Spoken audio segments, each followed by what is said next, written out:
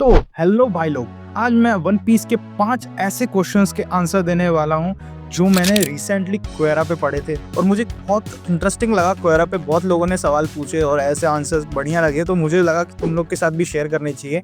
बहुत इंटरेस्टिंग है। एक और बात, लास्ट तक प्लीज रुक जाना, लास्ट में एक मस्त क्वेश्चन है। मुझे मस्त लगा तो तुम्हें भी लगना चाहिए, नहीं लगेगा तो तुम्हारा मेरा कोई फर्क तो पड़ता नहीं है। हाँ, और एंगेजमेंट तुम लोग देते नहीं हो, इसलिए मैंने लास्ट में रखा, तो लास्ट तक रुकना। चलो वीडियो स्टार्ट करते हैं फिर। तो पहला question, why is zero always lost? तो ज़ोरो भाई क्यों खो जाता है बार बार? क्या उस पे डायरेक्शन सेंस है नहीं कि क्या भाई, क्या हो रहा है उसके साथ? तो इसका जवाब मैंने देखा तो भाई ज़ोरो हमेशा से तो डायरेक्शन सेंस थी उसमें, लेकिन जब वो लॉकडाउन में एक स्वॉर्ड खरीदी थी उसने, केतेत्सु स्वॉर्ड के बारे में एक इंटरेस्टिंग फैक्ट बताता हूँ। वो स्वॉर्ड अपने ओनर का बैड लक लाती है और उसको ऐसी फाइट्स में एंगेज करती है जो उसको उसकी डेथ तक लेके जाती है। तो अब आपको पता है कि ज़ोरो क्यों खोता है और हमेशा ऐसी जगह पे क्यों खोता है जहाँ पे फाइट ही होती रहती है। तो ये भी इंटरेस्टिंग है क्योंकि ज़ोरो तो भाई बैड एस कैरेक्टर तो हमेशा से ही था, तो उसको तो मजा आता है फाइट्स में एंगेज करने में, और वो स्वॉर्ड्समैन बनना है पूरे वन पीस वर्ल्ड का। अच्छा ही है उसके लिए भी, लेकिन लॉकडाउन से पहले उसके डायरेक्शन सेंस अच्छी थी। एपिसोड 2 में हमने वन पीस के देखा है कि जब लूफी ज़ोरो की स्वॉर्ड लेने जा रहा होता है तो वो गलत डायरेक्शन में चले जाता है, तो तभी ज़ोरो बोलता है तो अब समझ सकते हो कि भाई ज़ोरो के पास हमेशा से डायरेक्शन सेंस थी, लेकिन केतेत्सु स्वॉर्ड उसका एक बैड लक बन के उसके पास है। चलते हैं अगले सवाल पे। अगला सवाल है, काइडो डेड और अलाइव? तो क्या काइडो भी जिंदा है वानो से? तो वानो की फाइट हमने देखी गियर 5 की लूफी की, भाई बड़ा मजा आया मुझे। तो मैं सोचता हूँ कि भाई Kaido is the one of the strongest character in One Piece, और लूफी एक ऐसा बंदा नहीं है जो भाई अपने एनिमीज को मार देता है। वो हमेशा अपने एनिमीज की विल को और उसके ड्रीम्स को और उसके पर्पस ऑफ लिविंग को क्रश कर देता है पूरा। लेकिन काइडो इज एन इंडेस्ट्रक्टेबल कैरेक्टर। मैं ऐसा क्यों बोल रहा हूँ? क्योंकि भाई काइडो ने बहुत बारी मरने का ट्राई किया है। जैसे कि कुछ एपिसोड्स में मैंने देखा कि काइडो स्काई आइलैंड से कूद गया, तब भी कुछ नहीं हुआ, एक करोड़ तक नहीं आया भाई उसको, और लावा में करी लेकिन तब भी कुछ नहीं हुआ। मतलब सोच लो कितना मस्त, तो मरा तो नहीं होगा भाई। एक और चीज मैं बताता हूँ, जब ज़ोरो एन्मा के साथ प्रैक्टिस कर रहा था वानो में, उसने सिर्फ एक स्विंग करा था तो एक क्लिफ कट गई थी, और जब उसकी फाइट काइडो से हुई फुल पावर में एन्मा के साथ, एन्मा की फुल पावर, और उसने काइडो पे अटैक किया फुल फोर्स से, तो भाई उसको एक खरोच तक नहीं है। सोच सकते हो तो कितना इंडेस्ट्रक्टेबल है भाई वो, उसको खत्म ही नहीं कर सकते।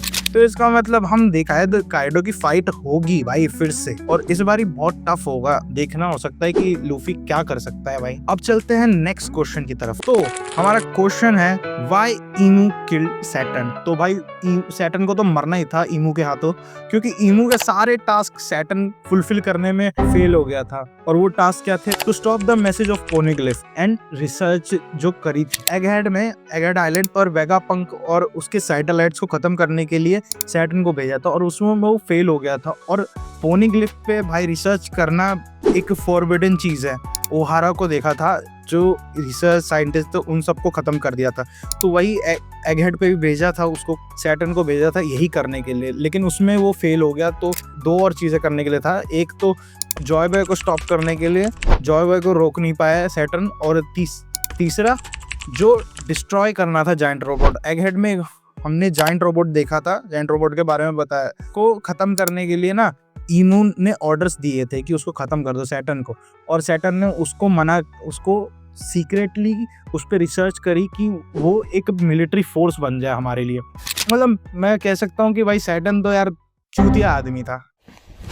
Emotional damage. तो इसीलिए तो ईमू को मानना ही पड़ेगा ना भाई, कितने टास्क तुम्हें दिए और तुम इतने में फेल हो गए। ठीक ही है। तो अब नेक्स्ट क्वेश्चन पे चलते हैं। तो नेक्स्ट क्वेश्चन है हमारा, विल कोबी बिट्रे द वर्ल्ड गवर्नमेंट? हो सकता है भाई कि कोबी कर दे, क्योंकि उसको जब पता चले कि वर्ल्ड गवर्नमेंट के जस्टिस का क्या मतलब है, रियल मतलब क्या है, कि सेलेस्टियल ड्रैगन के हर ऑर्डर्स को मानना, बहुत सारा करप्शन।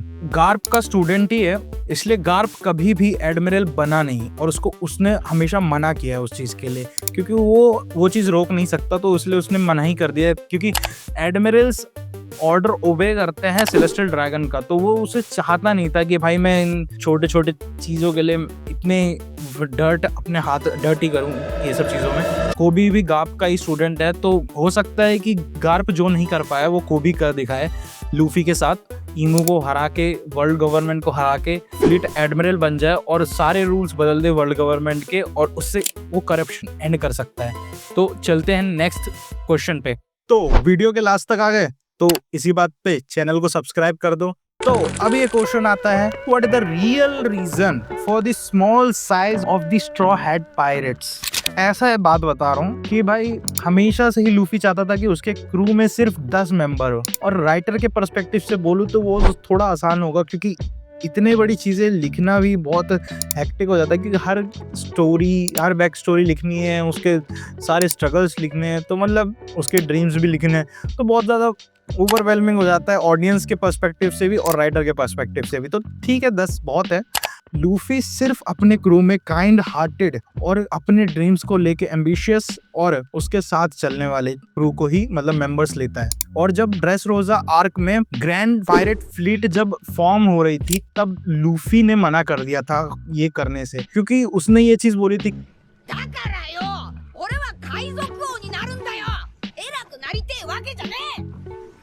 ठीक है भाई उसको छोटा ही क्रू चाहिए लेकिन best of the best mains चाहिए तो अपने क्रू में। तो वीडियो के एंड तक आ चुके हो तो चैनल को भाई सब्सक्राइब कर दो, लाइक कर दो वीडियो को, कि थोड़ा एंगेजमेंट भी आए, थोड़ा बूस्ट मिल जाए भाई वीडियो को, थोड़ी लाइक्स और व्यूज तो आ जाए यार। थोड़ा सा छोटा सा चैनल है मेरा, और एपिसोड 2 इसका मैं बना सकता हूँ, तो उसके लिए भी चैनल सब्सक्राइब कर लो। बाय बाय फिर।